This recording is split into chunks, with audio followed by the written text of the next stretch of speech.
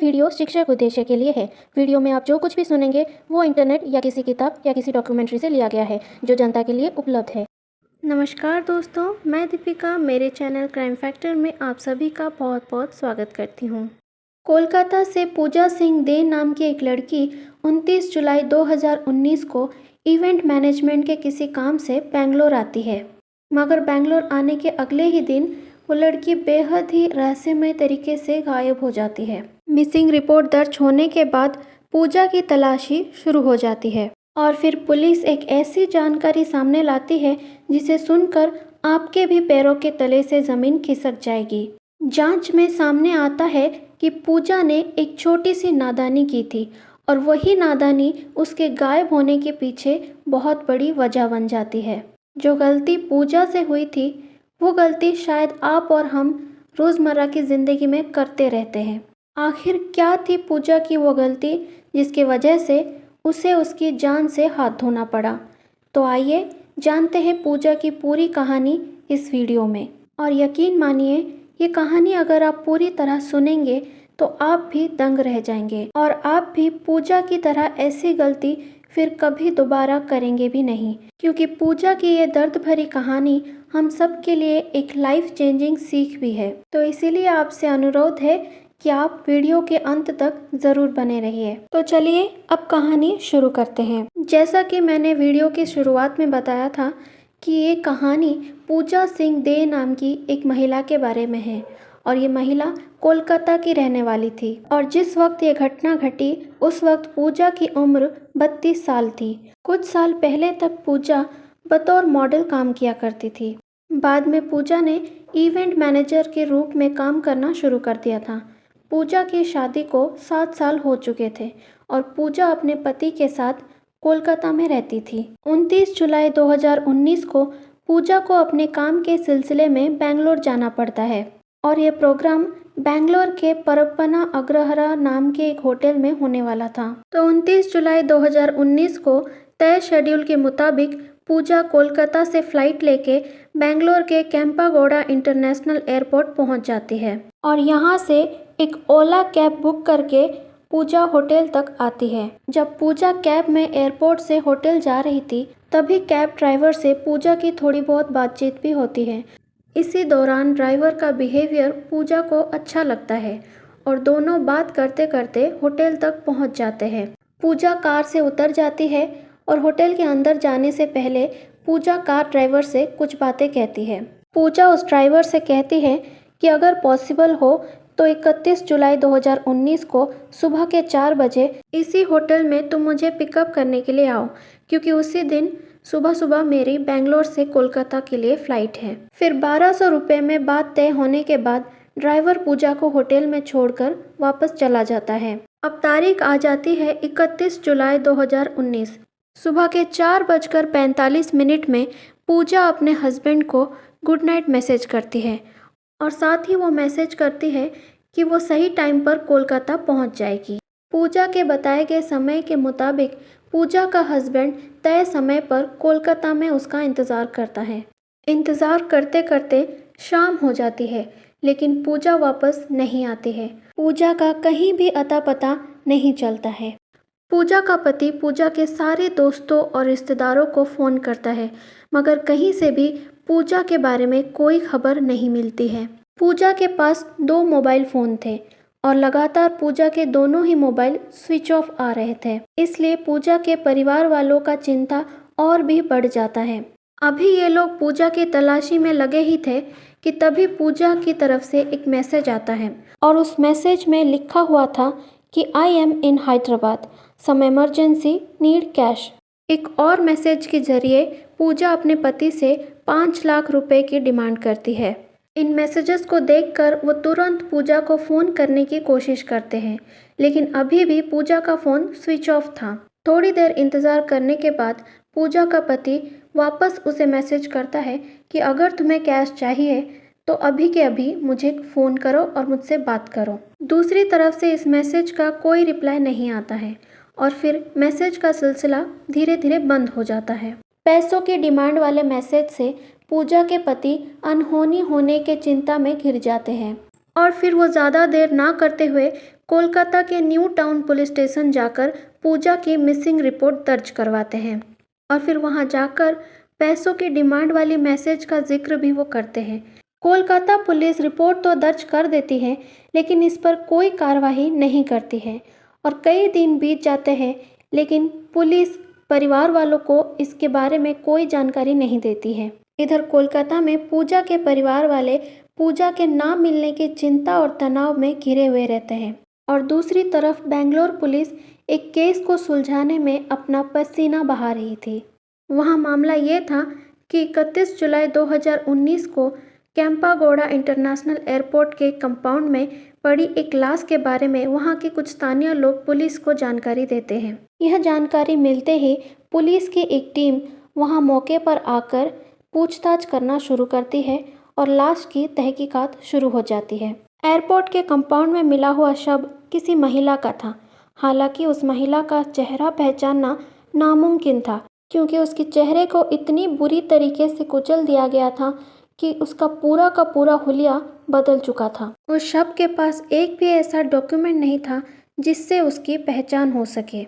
लाश मिलने के बाद उसकी पहचान के लिए शव की डिटेल्स पुलिस सभी थानों में भिजवा देती है और अलग अलग थानों में दर्ज की गई मिसिंग रिपोर्ट की फाइलें भी मंगवाई जाती हैं, ताकि उन रिपोर्ट्स में दी गई डिटेल्स के मुताबिक इस लाश की पहचान की जा सके। लेकिन कहीं से भी कुछ भी पता नहीं चल रहा था। काफ़ी इंतज़ार करने के बाद भी उस शव की पहचान ना होने पर पोस्टमार्टम करने के बाद कानूनी प्रक्रियाओं को फॉलो करते हुए पुलिस की निगरानी में पूरे रीति रिवाज और सम्मान के साथ उस शव का अंतिम संस्कार कर दिया जाता है और उस शव के पास से मिला हुआ सामान इकट्ठा कर लिया जाता है। इसके अलावा अंतिम संस्कार से पहले उस शव के शरीर पर मौजूद टैटू की तस्वीर भी पुलिस द्वारा ली जाती है। बेंगलोर पुलिस ने उसका अंतिम संस्कार तो कर दिया था, लेकिन उनकी पूरी कोशिश अब भी थी कि कैसे भी उस महिला के परिवार वालों तक पहुंचा जाए। इसी कोशिश में बेंगलोर पुलिस एक टीम बनाती है और उस महिला के परिवार वालों तक पहुंचने के लिए कार्रवाई शुरू कर देती है। सबसे पहले पुलिस उस महिला के शरीर पर मौजूद टैटू की मदद से उसकी पहचान की कोशिश करती है, लेकिन अफसोस उस टैटू से भी पुलिस के हाथों कोई कामयाबी नहीं लगती है। इसके बाद पुलिस उस महिला के कपड़ों के जरिए उसकी पहचान करने की कोशिश करती है। दरअसल पुलिस महिला के शरीर से जो बरामद किया गया कपड़ा था उसका ब्रांड का पता लगाती है और फिर उस ब्रांड के आउटलेट पर जाकर पिछले 2 सालों में देश भर से इस साइज की कपड़ों की खरीदारी करने वाले सभी कस्टमर्स की डिटेल्स निकलवाती है। ये काम इतना आसान नहीं था, इसके बावजूद पुलिस इस काम में लगातार कोशिश करती रही। इसी जांच के दौरान पुलिस को एक खबर मिलती है कि कुछ इसी तरीके का कपड़ा कोलकाता में खरीदी गई है। उसी जानकारी के आधार पर बेंगलोर पुलिस वाले अब कोलकाता तक आते हैं और यहाँ आकर इसी साल में दर्ज की गई सभी मिसिंग रिपोर्ट्स की डिटेल्स वो लोग मंगवाते हैं। सभी थानों की मिसिंग रिपोर्ट्स को अच्छी तरह से स्टडी करने के बाद कोलकाता के न्यू टाउन पुलिस स्टेशन में दर्ज की गई मिसिंग रिपोर्ट और बेंगलोर में पाई गई लाश की डिटेल्स कुछ हद तक मिलता जुलता था। उस केस की फाइल को अच्छी तरह से जांच पड़ताल करने के बाद पुलिस ये अनुमान लगा लेती है कि बेंगलोर में जो पाई गई लाश है वो लाश किसी और की नहीं बल्कि पूजा सिंह दे की हो सकती है, जिसकी missing report new town police station में दर्ज की गई है। पुलिस 16 अगस्त को पूजा के भाई को फ़ोन करती है। फ़ोन मिलते ही पूजा का भाई बिना किसी को बताए बेंगलोर के लिए रवाना हो जाता है। पूजा का भाई बेंगलोर पहुंचते ही वहां पुलिस उसे शव के पास से बरामद किए गए सभी सामान तथा तस्वीरें दिखाती है। भले ही चेहरा पहचान में ना आ रहा हो, लेकिन शव के पास से बरामद की गई सभी चीज़ों को देखकर पूजा का भाई ये कंफर्म कर देता है कि ये मृत महिला कोई और नहीं बल्कि उसकी बहन पूजा सिंह दे ही है। इसके बाद पूजा का भाई तुरंत अपने जीजा और अपने पिता को इसके बारे में जानकारी देता है। वो लोग भी जानकारी मिलते ही अगले दिन फ्लाइट लेकर बेंगलुरु आ जाते हैं और ये लोग भी पूजा की आइडेंटिटी को कंफर्म कर देते हैं। इस जांच के दौरान कोलकाता पुलिस की बहुत बड़ी लापरवाही सामने आती है, क्योंकि पूजा के गायब होने के तुरंत बाद पूजा के पति ने न्यू टाउन पुलिस स्टेशन में जाकर पूजा की मिसिंग रिपोर्ट दर्ज करवाई थी और उस रिपोर्ट में पूजा के बेंगलोर जाने के बारे में भी उन्होंने जिक्र किया था। कायदे से तो ये होना चाहिए था कि कोलकाता पुलिस तुरंत मिसिंग रिपोर्ट पाने के बाद बेंगलोर पुलिस को इन्फॉर्म करना चाहिए था, लेकिन उन्होंने ऐसा कुछ नहीं किया, बल्कि उस फाइल को धूल खाने के लिए ऐसे ही छोड़ दिया। वो तो बेंगलोर पुलिस की मेहनत थी जिसने पूजा के परिवार वालों को ढूंढ निकाला। खैर, पुलिस ने तो ये पता लगा लिया था कि मरने वाली महिला पूजा ही थी। अब पुलिस के सामने सबसे बड़ी चुनौती ये थी कि इस महिला की ऐसी हालत किसने और क्यों किया। पूजा के ईमेल का एक्सेस पूजा के पति के पास भी था। उन ईमेल्स के जरिए ये पता लगता है कि पूजा ने बेंगलोर में लैंडिंग के बाद होटल जाने के लिए ओला कैब बुक किया था। पुलिस अब उसी ओला कैब को ट्रेस करने की कोशिश करती है, तो पता चलता है कि पूजा द्वारा की गई बुकिंग ही उस ओला कैब की आखिरी बुकिंग थी, यानी पिछले 18 दिनों से उस ओला कैब की दोबारा बुकिंग नहीं की गई है। तो पुलिस डिटेल्स निकलवाती है तो पता चलता है कि उस ओला कैब का ड्राइवर का नाम HM नागेश था और नागेश महज 22 साल का लड़का था। पुलिस अब मोबाइल नंबर के जरिए नागेश की लोकेशन को ट्रेस करती है और इसी ट्रेसिंग के दौरान पुलिस के सामने एक चौंका देने वाली जानकारी सामने आती है और वो जानकारी ये थी कि पूजा के पति के पास पैसों की डिमांड वाला मैसेज जिस वक्त आया था उस वक्त नागेश और पूजा का लोकेशन एक ही था। इस जानकारी के सामने आने के तुरंत बाद पुलिस वाले HM नागेश के पीछे पड़ जाते हैं और बहुत जल्द HM नागेश को पुलिस अपने पकड़ में ले लेती है। पहले तो HM नागेश पुलिस के हर आरोप को नकार देता है, लेकिन पुलिस ने जब नागेश के साथ सख्ती से पेश आई तो नागेश एक के बाद एक राज उगलता गया। नागेश के द्वारा किया गया खुलासा बेहद ही खौफनाक था। नागेश के खुलासे के मुताबिक पूजा ने ओला कैब बुकिंग के जरिए नागेश की कार को बेंगलोर क्रिसेंट रोड से सहारा पेविलियन होटल जाने तक का बुक किया था और इसी सफ़र के दौरान पूजा नागेश से बातचीत करती है और नागेश का व्यवहार पसंद आने पर पूजा उसे कहती है कि अगली सुबह यानी कि 31 जुलाई को सुबह सुबह मुझे फ़्लाइट पकड़ने के लिए वापस एयरपोर्ट आना है। अगर तुम चाहो तो सुबह मुझे पिक कर लेना, क्योंकि इतनी सुबह शायद कोई दूसरी कार मुझे सुबह सुबह ना मिले। नागेश पूजा की इस बात पर तुरंत हामी भर देता है और 1200 रुपये में ये बातचीत तय हो जाती है। ये डील तय होने के बाद नागेश के दिमाग में शैतानी ख्यालात आना शुरू हो जाता है और नागेश पूजा को लूटने का प्लान बनाना शुरू करता है। दरअसल नागेश को लगता है कि पूजा बहुत ही अमीर है, उसके पास बहुत सारा पैसा और ज्वेलरी होगा। बस इसी लालच के चक्कर में नागेश प्लानिंग करता है और एक दुकान से चाकू ले लेता है और अपने कार की सीट के नीचे छुपा देता है। इसके अलावा कार का चेक रोड भी उसके पास वो छुपा लेता है। इसके बाद अगले दिन सुबह 3:45 बजे नागेश अपनी कार लेकर पूजा के होटल तक पहुंच जाता है और पूजा भी तैयार थी। जल्दी से पूजा कार में बैठती है और एयरपोर्ट की तरफ निकल जाती है, क्योंकि पूजा बहुत ज़्यादा थकी हुई थी और उसने 2 दिन से पूरी तरह से अच्छी नींद भी नहीं ली थी। तो कार में बैठते ही पूजा की आंख लग जाती है और वो सो जाती है। जैसे ही नागेश को लगता है कि पूजा अब सो गई है तो उसने तुरंत मौका देखकर एयरपोर्ट जाने के रास्ते को छोड़कर एक दूसरे रास्ते की तरफ अपनी कार को मोड़ लेता है। अब क्योंकि पूजा नींद में थी इसलिए उसे इस बात का पता नहीं चल पाता है। इसके बाद नागेश कार को बड़े आराम से चलाते हुए एक सुनसान रास्ते की तरफ ले चलता है और एक सुनसान से इलाके में पहुंचने के बाद नागेश पूजा को उठाता है और उसे जल्दी से गहने और पैसे देने के लिए मजबूर करता है। पूजा विरोध करती है और मदद के लिए चिल्लाने की कोशिश करती है, लेकिन पूजा चिल्ला पाती उससे पहले ही नागेश अपने कार के सीट के नीचे छुपाए हुए लोहे के रोड से पूजा के सर पर जोर से दे मारता है और पूजा वहीं पर बेहोश हो जाती है।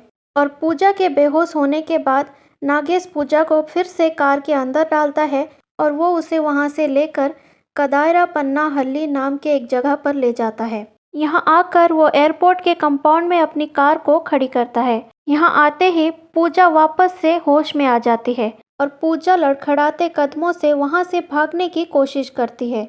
ये देखकर नागेश भी उसके पीछे दौड़ता है और अपने कार के सीट के नीचे छुपाए हुए चाकू को निकालकर वो पूजा पर ताबड़तोड़ हमला करता है। चाकू के लगातार हमले से पूजा बुरी तरह से लहूलुहान हो जाती है। वो मदद के लिए चिल्लाने की भी कोशिश करती है, लेकिन इतनी सुबह उसकी चीखें सुनने के लिए वहाँ पर कोई भी मौजूद नहीं था। पोस्टमार्टम रिपोर्ट के मुताबिक पूजा को 22 बार लगातार चाकू से मारा गया था। इतने हमलों के बाद पूजा अभी भी सांसें ले रही थी। ये देखकर नागेश को और ज़्यादा गुस्सा आता है और नागेश पास में पड़ा हुआ एक बड़ा सा पत्थर लेकर पूजा के छाती पर जोर से दे मारता है और उस पत्थर के वार के वजह से आखिरकार पूजा की सांसें थम जाती है। नागेश ने पूजा की जान तो ले ली थी, लेकिन अब उसे डर सताने लगा था कि अगर पूजा की पहचान हो जाए तो वो बहुत जल्द पकड़ा जाएगा। इसलिए अब वो वही पत्थर उठाकर लगातार पूजा के चेहरे पर मारना शुरू कर देता है और वो पत्थर से तब तक वार करता रहा जब तक पूजा का चेहरा पूरी तरह से बिगड़ ना जाए और लाश मिलने पर भी कोई उसे पहचान ना पाए। पूजा को मारने के बाद वो पूजा की लाश को पास के ही झाड़ी में फेंक देता है और पूजा के पास से मिले हुए सभी सामान नागेश अपने कब्जे में ले लेता है।